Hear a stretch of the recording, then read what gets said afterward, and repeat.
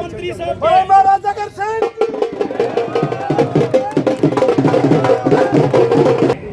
परिचित होते होंगे डॉक्टर अरविंद शर्मा जी। डॉक्टर साहब आओ।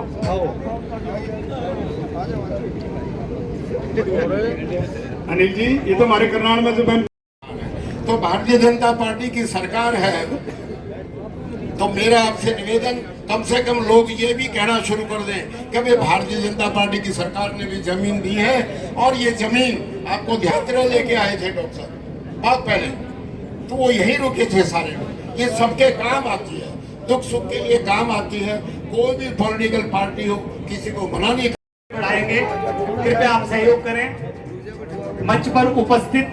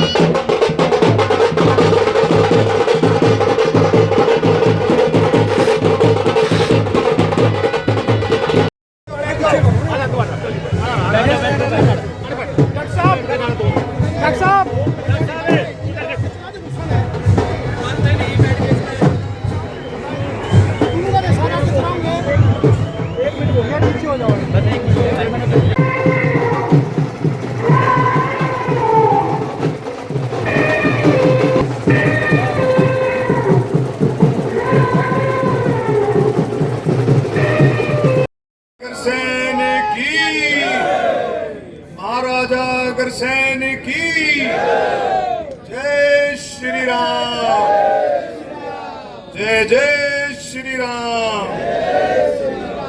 देखिए, आज का बहुत ही पावन मौका,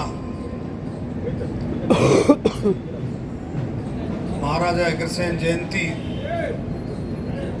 पूरे हरियाणा पिछले हफ्ते से अलग अलग दिन महाराजा अग्रसेन जयंती मना रहा है, क्योंकि आजकल महापुरुषों की जो जयंती है, हमारे देवी देवताओं की, महापुरुषों की, उनको एक एक महीना मनाते हैं। भगवान परशुराम जयंती एक महीना, महाराजा अग्रसेन जयंती एक महीना, अभी दक्ष प्रजापति की जयंती थी, वो भी काफी लंबी चली, अलग अलग तरीके से। अभी करनाल में मनाई थी, भाई विपुल गोयल जी उसमें मुख्य अतिथि थे। माननीय मुख्यमंत्री जी अलग अलग जगह पर प्रोग्राम कर रहे हैं।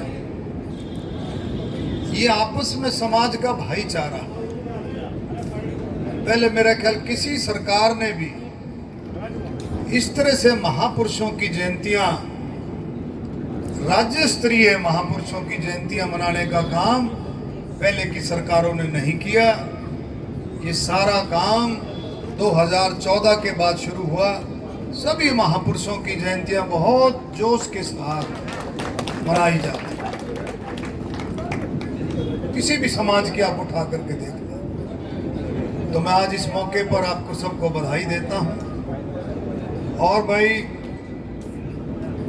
अग्रवाल समाज या महाराजा अग्रसेन के वंशज, मैं कहूँगा, क्योंकि 18 गोतों में बटे हो भाई, उनके वंशज जो है, उनके आशीर्वाद से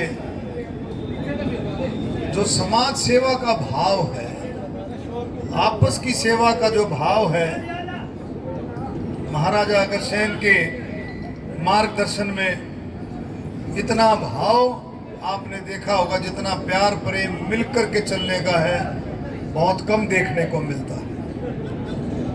और भाई, मैं तो इतना एहसान मानता हूं समाज का हमने पहले चुनाव लड़ा निर्दलीय, तब आपने कोई कसर नहीं छोड़ी आशीर्वाद देने में। और भाई तो पार्टी से थे, ये तो कलम में तोड़ दी, मतलब ये